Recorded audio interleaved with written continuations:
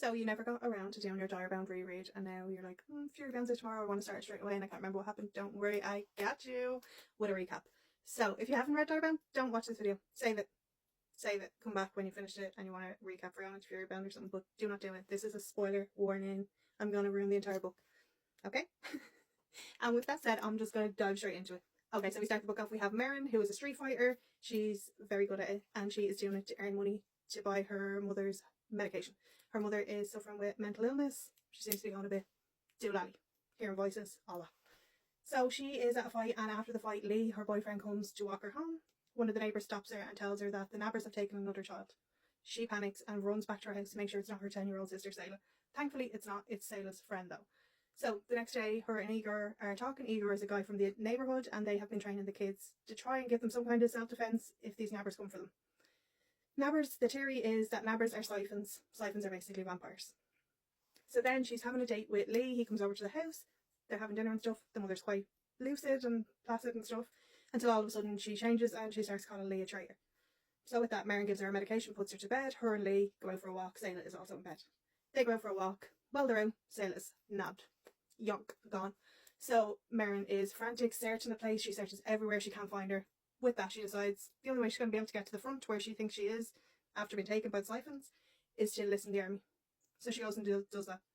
Then Lee, her boyfriend, informs her that this year is the bonded trials, which happen every couple of years, and this year is one of those years where the soldiers go and can attempt to bond with a direwolf. And if she does, she'll get to the front with her direwolf. So there you go, that's what she's going to do. With that, then she goes to the castle. Igor has promised that he's going to look after her mother and be there for the mother. So that's given her that little bit of peace of mind, even though she doesn't want to leave her. She has to. So she goes to the castle and she finds out. Merrin then meets Alessandra and Henry, two people that are also from slum areas. So the trial is going to start the next day that they're going up the mountain. So she wanted to partner with Alessandra, but her offer was declined. Not happening. So she's on her way up. She gets talking to these two twins and she defends them, and they end up chatting. They then tell her that the children of the bonded have an unfair advantage because they're trained for this their whole life, and it's unfair. So then Venna falls and she helps. They then get attacked by Jonah. They stick together and they make it up to the top of the hill. They get to the top of the hill. She sees people are starting to bond with their direwolves, and when they do, the streak of their hair is changing colour. She then is forced to bond with Anassa, a direwolf. She doesn't want to. Anassa is really hurt by that. But when she does, she notices her entire hair changes silver, not just a streak. Stark, who had introduced himself at the start to them as the Danos Pack Alpha, is then telling them that they have to make it to the training ground before sunset, otherwise they're going to die. So she needs to make it there with Anassa, which they do. She goes down and Anassa's behind her. They're not really vibing, but they go down, and anyway, they make it. Merrin then starts having nightmares about someone called Lumina, and she starts to worry because she remembers her mother mentioning that name a lot. So she starts to worry that she's going the same route as her mother. She makes a friend called Tomlinson. She then goes to Edith. Hope I'm pronouncing these names right. If I'm not, apologies. She goes to her. She is second in command to the Alpha Strategos, which is Merrin's pack. So she goes to her and asks about the nabbers, hoping to get a bit more information. Turns out she's never heard of them, but she tells her that she will go and look into it for her. She then learns that there's going to be a presentation where they have to go and try and impress the nobles to gain a sponsorship. The twins, Isabel and Venna, tell her all about this and they help her to get ready. They then go to the presentation and the king comes in, and Merrin notices the sword that he has that controls all the direwolves that he uses to control them all. And then in comes his son, Killian, and when he walks in, Merrin's like, what the fuck? That's Lee, my boyfriend. And he's the prince. Wow, lovely. Love that for her. So that was a shock for the girl. The king then commands them and their direwolves to kill the weakest of the recruits. Merrin then tries to defend the man that they're all gone after, and they all turn on her then, but Anassa defends her. And it ends when they all... Lee then asks to meet her that night. He meets her and apologises to her for lying and tells her that he loves her, conveniently. Merrin then gets attacked by a robot that she has to defend herself against. She ends up killing him. Stark finds out, wants to know why. She tells him it was self-defense. He really doesn't seem to care, but tells her she has to have a tattoo for the debt because they have to carry their debt. So he tattoos her on the neck and then licks it to seal it. Isabel explains the mating bond to Merrin and tells her that if their wolf can find their mate, they end up getting more power from it as well. Merrin then ends up getting her own room, private room, which has people wondering who she's sleeping with, that she's getting this preferential treatment. Our girl just thinks it must be a gift from Lee Killian.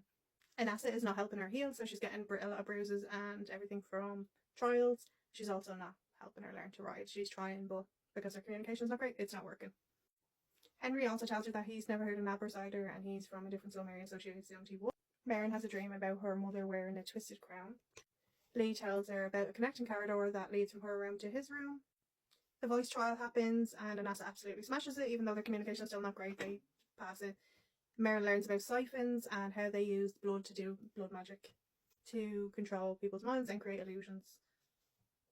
Killian then tells her that he has an update on the Nabbers, and she uses the secret passageway to go to his room, but on the way she thinks she's hears like these voices and screams from the walls. She passes out. Lee finds her there. She wakes up in his room, tells her that he found her there and that they have captured a Nabber. She then goes with him to this Nabber. He's not a siphon, he's a normal man, and says that he takes his orders from a masked man, and that he then admits to taking children and bringing them to a warehouse in the southern quarter. She asks about Sable, and he says he's never seen Sable, doesn't know anything about her. Killian tortures them, and in the end, Merrin. And of course, it's a great time for them to then sleep together, apparently. And Asa told Merrin that her attitude is pants, she doesn't like it, and Merrin then apologised. But then they have other issues because Merrin keeps blocking her out, and Anasa gets annoyed about it because she doesn't know what's going on with her. She has another nightmare about her mother, and this one her mother tells her Nocturne is calling. She then ends up sleeping with Killian again, and is woken up by screams that no one else can hear.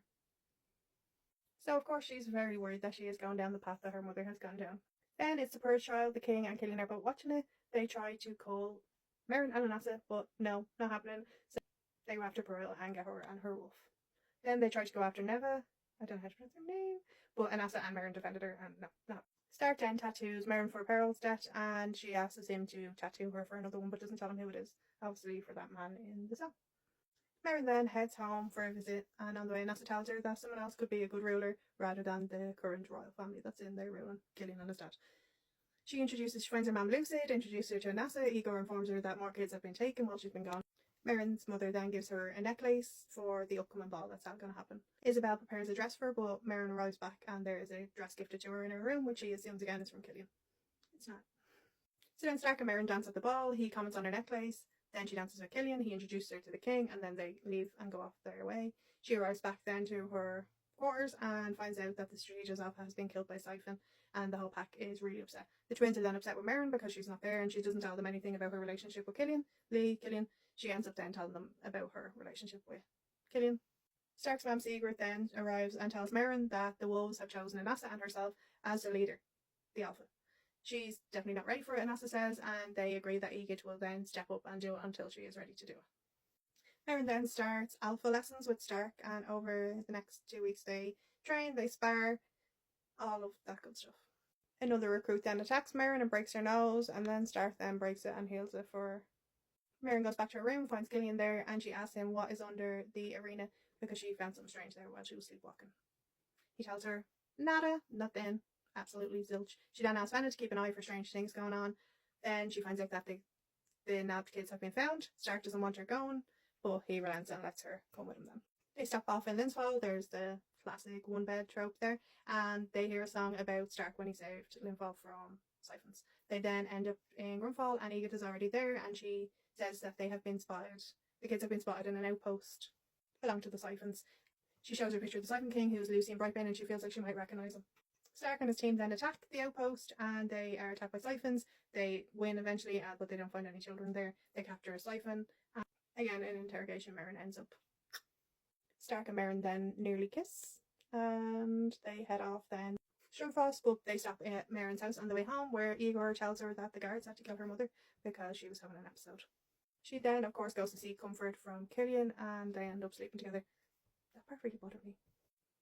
He also proposed, so I think that's why it bothered me even more. What a time to propose to someone like. They have the funeral, the whole pack goes, and Merrin does a lovely eulogy. She then goes to her mom's house to get some stuff. She ends up finding some journals and pictures and stuff hidden under a floorboard, and Nasa tells her to hide from Killian, and she's wondering why, and she tells her to do her own research. She then is reading Stark's books, and she is learning about the Queens of Strumfrost who used to rule before the royal family that's there now, and she's starting to question if they are in fact best. And she is learning about Nocturne itself as well. She then asks Stark some questions, and he can't tell her anything about the kingdom, and she's really starting to get annoyed that Stark and Anasa are keeping things from her. Isabel throws Merrin a little engagement party, and then the unity trials start. Anasa and Merrin lead an attack against the Deimos pack, and Jonah then goes after Henry, who Merrin in the end ends up having to do a mercy on. The servants then take Henry's body under the arena. Venna and Merrin end up talking about the servants' strange behaviour. Vanna then goes to do some spy work and see what's going on underneath the arena and the tunnel. Killian enters Merrin's room then through the secret tunnel. Isabel ends up interrupting them and says, no, let's play a card game, because she doesn't know him. Like, she's like, let's get to know you. Stark sees Merrin, asks her when's the wedding, and of course they end up arguing. Vanna comes and asks to immediately talk to Merrin and brings her away and tells her that, brings her down underneath the arena to these cells, and they find all the children there, and one of them is who? Yes, her sister Sable. Sable then tells her she's been there the entire time, that the king comes and chooses a child, and that child never returns. Merrin has to leave before the guards comes back and tells Sable, I promise you I'll be back for you. She then goes back, tells Killian straight away, and he says that I want to help you. He then says, okay, we need to take the king down at the graduation ceremony. So they go to the graduation ceremony. The king says, oh no, there's going to be one more Cullen. So she asks her pack to help her get the sword off the king. And that's it. Was not a fan of this whole plan in the first place. But then she goes, she beheads the king. And then Killian acts shocked and is like, oh my god, sees Merrin. So the guards knock her out. She wakes up, she's in a cell, and Nasset's in the cell with her, and she has a collar on her. The collar was to stop her from connecting with her pack and being able to send any messages. Killian then arrives, tries to gaslight Merrin and tell her that she must be getting the same mental illness as her mother or suffering from it, and asks her why she killed the king. He leaves, and Merrin then asks Nasset, did you know he was an asshole this whole time? She doesn't answer him. She then gives her a command that she has to get in contact with her me and asks them to get in contact with Vanna and for her to bring the crown. Stark then arrives with the crown, and she realises that Anassa's me is Kratos, which is Stark. And Anassa drops the wall a bit and she feels a connection then with Stark. She puts on the crown and has a vision then of Queen Shire, the last queen of Stormfrost, the last of the Stormfrost queens, and she has a vision of her having to hide away her child to protect it, and she hides the child away with the opal necklace that her mother gave her, and it is to protect the child from a siphon attack. The siphons have been led by a guy called Alistair Brightbane, who looks like Killian. She also noticed when she got the crown that the opal in the necklace that her mother gave her and the opal in the crown were the same. A voice in her head then says Merrin Stormfrost has returned, and she then realises that she is the rightful queen of Nocturna. Merrin is then upset with Anassa and Stark because they didn't tell her, and Stark then explains how he couldn't tell her because of a blood magic that was put on the bonded. He tells her that his family had written down the history over the years, but they could never speak it. Merrin then asks Stark to keep the crown safe and to go and release the children and Sable from the cells in the basement. She then gets the guards and begs them to get Killian for her. They then bring her to Killian's room, where she pretends to be weak, but then she punches Killian in the throat and takes the sword back off him. He admits that he always knew who she was, and he admits to killing her mother so that she would get all the power before she became queen. Alistair Brightbane then possesses Killian's body. It turns out that the king is a vessel for Alistair Brightbane and that Killian is a siphon.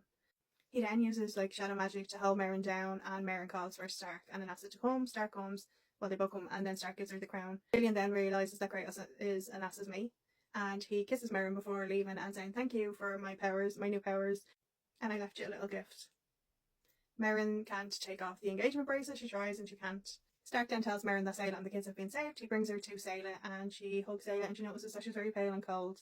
She fills her in on their family history. Merrin then tells Anassa to tell all the direwolves what has happened and that the bonding trials will no longer happen.